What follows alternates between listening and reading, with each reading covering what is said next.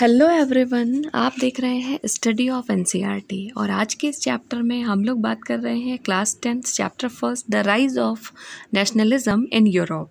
और जैसा कि आपको पता है जो चैप्टर फर्स्ट की ये सीरीज़ चल रही है, इसमें हम लोग ऑलरेडी 12 पार्ट को कवर कर चुके हैं और आज के वीडियो में हम लोग पार्ट 13 देखेंगे और ऑलमोस्ट हमारा चैप्टर कवर होने वाला है। और इससे पहले की वीडियो में हम लोगों ने देखा था कि कैसे जर्मनी और इटली को यूनिफाइड किया गया, और इस वीडियो में हम लोग देखेंगे कि किस तरीके से ब्रिटेन में यूनिफिकेशन हुआ, the strange case of Britain. लेकिन जो ब्रिटेन का यूनिफिकेशन का केस था वो थोड़ा स्ट्रेंज था, मतलब इटली की तरह नहीं था, जर्मनी की तरह नहीं था। आपने देखा वहाँ पे वॉर्स हुए, ठीक है, एक दूसरे देशों के राजाओं ने लड़ाइयाँ की, क्रांतियाँ हुई, उसके बाद देशों को यूनिफाइड किया गया। बट ब्रिटेन में थोड़ा सा डिफरेंट था, तो उसको हम लोग इस वीडियो में देखेंगे। The model of the nation और the nation state some scholar have argue is Great Britain. जो राष्ट्रों के बनने का जो मॉडल तैयार हुआ उसके आधार पर कुछ स्कॉलर्स का मीन्स होता है ग्रेट मैन्स, कुछ विद्वानों ने ये कहा, कुछ स्कॉलर्स ने बोला कि जो ब्रिटेन को क्या बोला कुछ स्कॉलर्स ने, ग्रेट ब्रिटेन, ठीक है।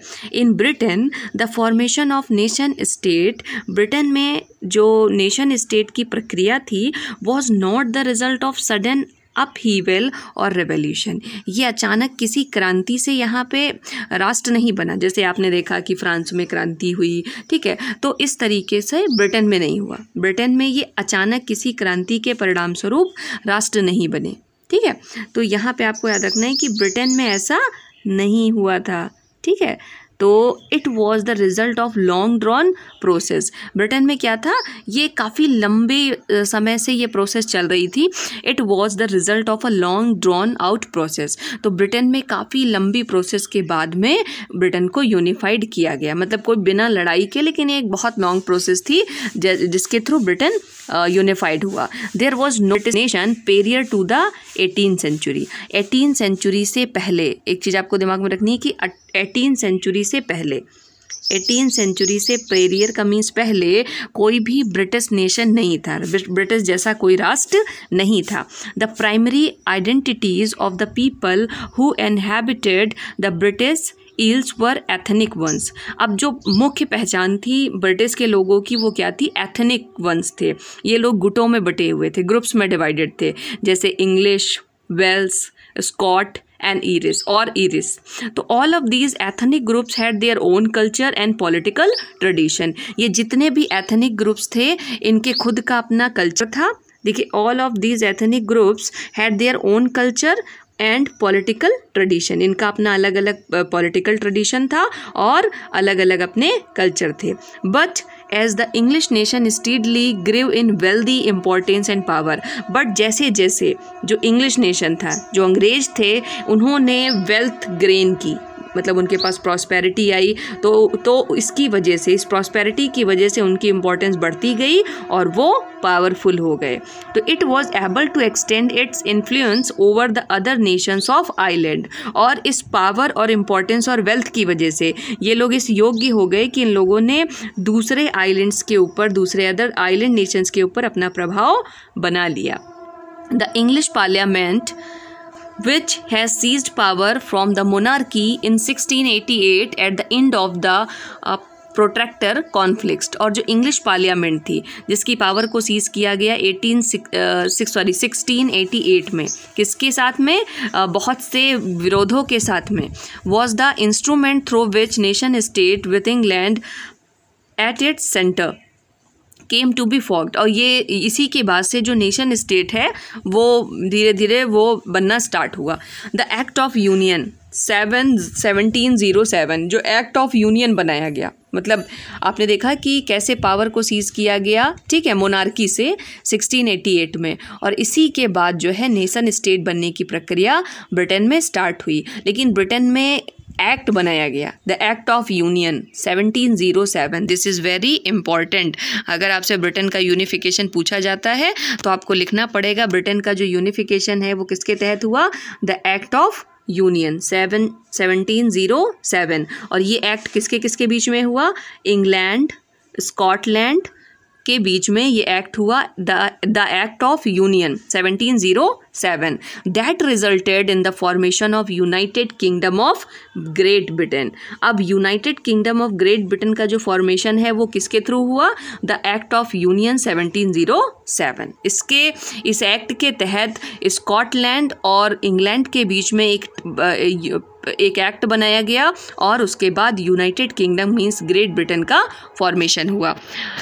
Meant in effect that England was able to impose its influence on the Scotland. अब आपने देखा ग्रेट ब्रिटेन लिखा हुआ है। ग्रेट ब्रिटेन लिखा होने का मतलब क्या है कि जो ब्रिटिश हैं, जो इंग्लैंड है, वो अपना प्रभाव स्कॉटलैंड के ऊपर बनाने में सफल हो पाया। ठीक है, क्यों? क्योंकि ग्रेट ब्रिटेन बोला गया, ग्रेट स्कॉटलैंड तो बोला नहीं। मतलब जो इंग्लैंड था उसने अपना प्रभाव किसके ऊपर बना लिया? स्कॉटलैंड के ऊपर बना लिया और खुद को ग्रेट ब्रिटेन बोल दिया। The British parliament was henceforth dominated by its English member. और इसके बाद में ब्रिटिश की पार्लियामेंट में भी किसका डोमिनेंस रहा? इंग्लिश मेंबर का। जितने अंग्रेज थे उनका डोमिनेंस रहा, स्कॉटिश का नहीं रहा। The growth of the British identity meant that Scotland distinctive culture and political institution were systematically superseded. और ये जो विकास हो रहा था किसका? ब्रिटिश आइडेंटिटी का। मतलब अंग्रेजों का डोमिनेंस बढ़ रहा था, उनकी वेल्थ बढ़ रही थी। इसका मतलब ये था कि जो स्कॉटलैंड का डिस्टिंक्टिव कल्चर था और जो पॉलिटिकल इंस्टीट्यूशंस थे उनके ऊपर धीरे धीरे ब्रिटेन ने अपनी सफलता हासिल कर ली। ठीक है, मतलब स्कॉटलैंड के कल्चर को, उनकी ग्रोथ को, उनकी पॉलिटिकल इंस्टीट्यूशन को ख़त्म करके अंग्रेज़ों ने अपनी व्यवस्थाएं उनके ऊपर थोपनी स्टार्ट कर दी। The Catholic clans that inhabited the Scottish highlands suffered tribal repression whenever they attempt to assert their independence। और जो कैथोलिक क्लैंस थे जो कि स्कॉटलैंड के स्कॉटिश हाईलैंड में रहते थे, उन्होंने जब भी कोशिश की अपने आप को स्वतंत्र कराने की तो उनकी इस कोशिशों को दबा दिया गया। मतलब वो कोई क्रांति नहीं कर पाए। The Scottish highlanders were forbidden to speak their Gaelic language और वेयर देयर नेशनल ड्रेस। अब जो ये स्कॉटिश हाईलैंडर्स थे इन्होंने मना कर दिया कि ये अंग्रेजों वाली भाषा नहीं बोलेंगे, ये इनकी नेशनल ड्रेस नहीं पहनेंगे। And large number of forcibly drive in out of their homeland. और जिसकी वजह से बहुत बड़ी संख्या में इन लोगों को फोर्सफुली अपने घरों को छोड़ना पड़ा। तो आयरलैंड सफर्ड अ सिमिलर, जैसे स्कॉटलैंड आपने देखा कि ब्रिटेन ने कैसे स्कॉटलैंड को परेशान करके और उसके ऊपर पूरा अपना डोमिनेंस बना लिया, ऐसे ही कुछ हुआ आयरलैंड के साथ भी। तो Ireland suffered a similar fate. Ireland के साथ भी बिल्कुल सेम इसी तरीके का हुआ। ठीक है, ऐसे ही फेट आयरलैंड का भी रहा। It was a country deeply divided between Catholic and Protestant. ये जो आयरलैंड कंट्री है ये दो जो रिलीजन है उसमें डिवाइडेड थी। ठीक है, कैथोलिक और प्रोटेस्टेंट, दो जो मतलब ये दोनों ही क्रिश्चियन होते हैं, लेकिन क्रिश्चियन में जो सब डिवीज़न होता है रिलीजन का वो कैथोलिक और प्रोटेस्टेंट में होता है। तो ये पूरी कंट्री आयरलैंड दोनों में डिवाइड थी, कुछ लोग कैथोलिक्स थे, कुछ प्रोटेस्टेंट थे। The English help the Protestant of Ireland to establish their dominance over a largely Catholic country. अब अंग्रेजों ने क्या किया? किसकी हेल्प की? प्रोटेस्टेंट की।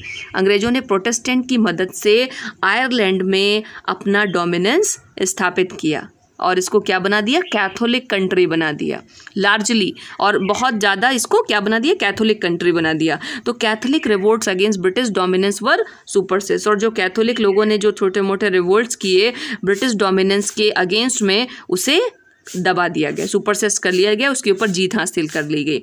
After a failed revolt led by Wolfe Tone. अब देखिए वोल्फटोन के द्वारा जो रिवोल्ट की गई थी वो असफल हो गई। After a failed revolt led by Wolfe Tone and his United Irishmen. तो इरिशमैन जो थे उनके द्वारा और वोल्फटोन के नेतृत्व में जो रिवोल्ट की गई थी, जो क्रांति की गई थी, वो असफल रही। 1798 में Ireland was forcibly incorporated in the United Kingdom in 1801।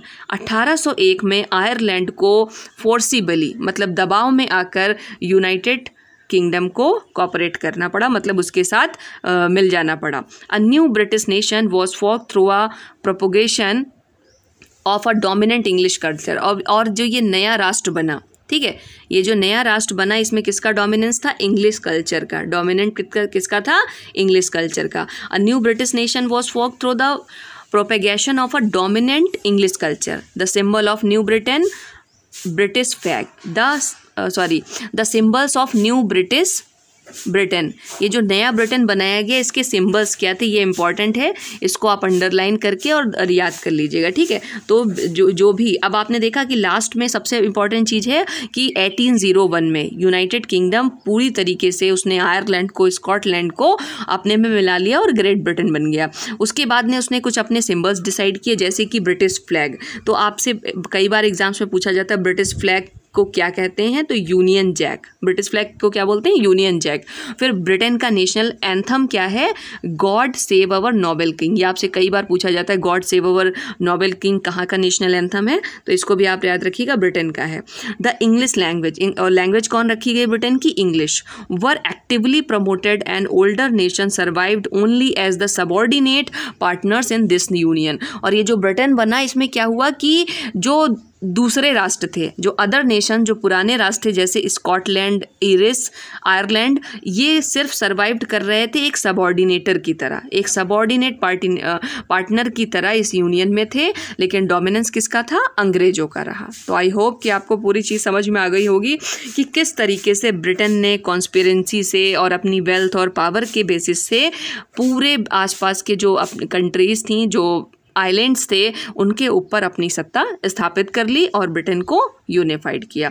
I hope कि आपको समझ में आ गया होगा। और नेक्स्ट वीडियो में हम लोग बात करेंगे विजुअलाइजिंग द नेशन। इसमें हम लोग एलोगोरीज के बारे में बात करेंगे, जस्ट लाइक इंडियन एलोगोरी, भारत माता, ठीक है, जर्मनिया, जर्मनी की, ठीक है। तो नेक्स्ट वीडियो में हम लोग इसके बारे में, और ऑलमोस्ट हमने अपना चैप्टर कंप्लीट कर लिया है। 2 वीडियोस इसके और आने बाकी हैं। एक है आपका visualising the Nations and next जो आपका आएगा वो आएगा ये नेशनलिज्म एंड इम्पीरियलिज्म के ऊपर। Thanks for watching.